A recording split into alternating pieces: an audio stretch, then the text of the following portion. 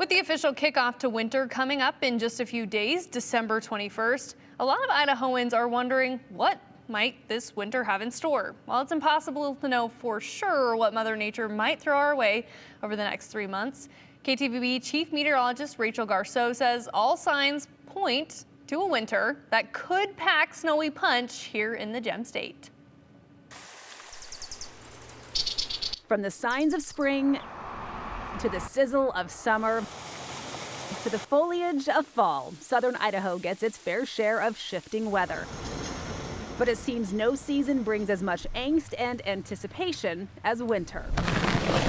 On average, Boise sees about 20 inches of snowfall during the months of December, January, and February, aka meteorological winter.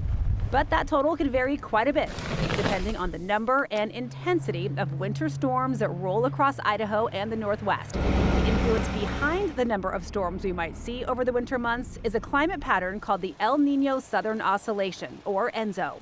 ENSO is one of the most important climate patterns on Earth due to its ability to change global atmospheric circulations. It all happens through the warming and cooling of sea surface temperatures in the Pacific Ocean. There are 3 phases of ENSO: El Niño, the warm phase; La Niña, the cool phase; and then there's the neutral phase. This year, a weak La Niña pattern is expected to be in play, evidenced by cooler than normal sea surface temperatures in the central and eastern equatorial Pacific Ocean. So under the influence of La Niña, the typical setup is that the southern tier of the country will trend a little warmer and a little drier, while we here in the Northwest tend to trend a little cooler and wetter, which can amount to higher snow totals than in a typical winter.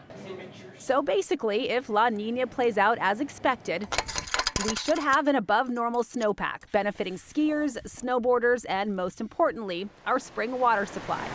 The National Weather Service here in Boise says this year in particular, a La Niña setup signals great news for Idaho. Idaho gets most of its precipitation and moisture in the wintertime, so if La Niña can help boost those averages up just a little bit, that could help provide some drought relief. Remember, all of the snow that falls in the mountains in the winter melts in the spring, feeding our river and reservoir systems, which provide water for irrigation and agriculture.